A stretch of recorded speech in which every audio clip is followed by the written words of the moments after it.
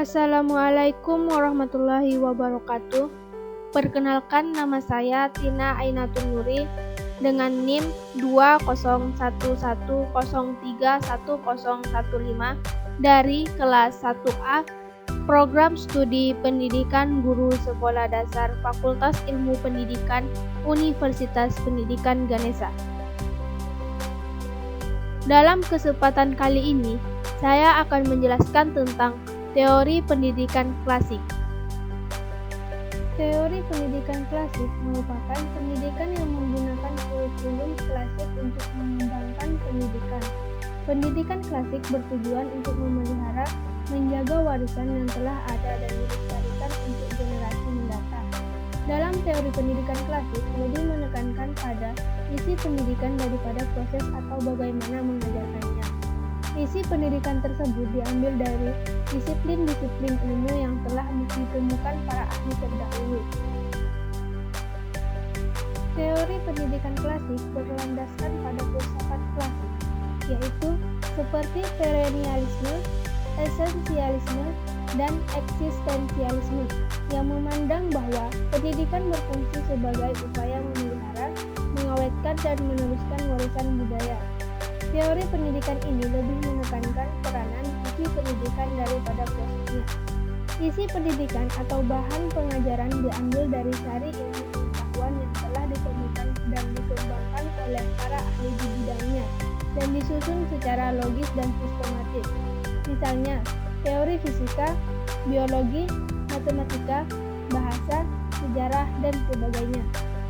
Perbedaan pandangan tentang faktor dominan dalam perkembangan manusia tersebut menjadi dasar perbedaan pandangan tentang peran pendidikan terhadap manusia, mulai dari paling pesimis sampai yang paling optimis. Aliran-aliran itu pada umumnya mengemukakan satu faktor dominan tertentu saja, dan dengan demikian, suatu aliran dalam pendidikan akan mengajukan gagasan untuk mengoptimalkan faktor tersebut untuk mengembangkan manusia. Di dalam teori perkembangan klasik terdapat 4 aliran, yaitu aliran empirisme, aliran nativisme, aliran naturalisme, dan aliran konvergensi. Adapun pengertian dari aliran tersebut yaitu: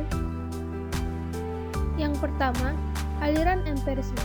Aliran empirisme bertolak yang mementingkan stimulasi eksternal dalam perkembangan manusia dan menyatakan bahwa perkembangan anak tergantung kepada lingkungan, sedangkan pembawaan tidak dipentingkan. Pengalaman yang diperoleh anak dalam kehidupan sehari-hari didapat dari dunia sekitarnya yang berupa stimulan-stimulan.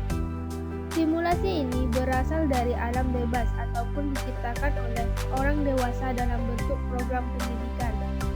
Tokoh perintis pandangan ini adalah seorang filsuf Inggris yang bernama John Locke, yang mengembangkan teori tabula rasa, yakni anak lahir kedua bagaikan kertas putih yang bersih.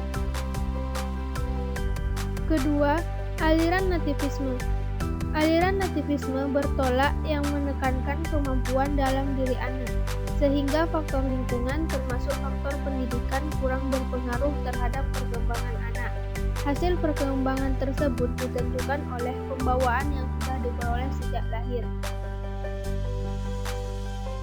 Adapun perkembangan manusia dalam teori nativisme yaitu: yang pertama, faktor genetik adalah faktor gen. Yang kedua, orang tua yang mendorong adanya suatu bakat yang muncul dari diri manusia. Kedua, faktor kemampuan anak adalah faktor yang menjadikan seorang anak mengetahui potensi yang terdapat dalam dirinya. Ketiga, faktor pertumbuhan anak adalah faktor yang mendorong anak mengetahui bakat dan minatnya di setiap pertumbuhan dan perkembangan secara alami, sehingga jika pertumbuhan anak itu normal, maka dia akan bersifat energik, aktif, dan responsif terhadap kemampuan yang dimiliki. Ketiga, aliran naturalisme. Pandangan ini ada persamaannya dengan nativisme. Aliran naturalisme dipelopori oleh filsuf Prancis J.J. Rousseau. Rousseau berpendapat bahwa semua anak yang baru dilahirkan mempunyai pembawaan buruk. Pembawaan baik anak akan menjadi rusak karena dipengaruhi oleh lingkungan. Yang terakhir, Aliran konvergensi. Perintis aliran ini adalah William Stern, seorang ahli pendidikan bangsa Jerman yang berpendapat bahwa seorang anak dilahirkan ke dunia ini sudah disertai pembawaan baik maupun pembawaan buruk.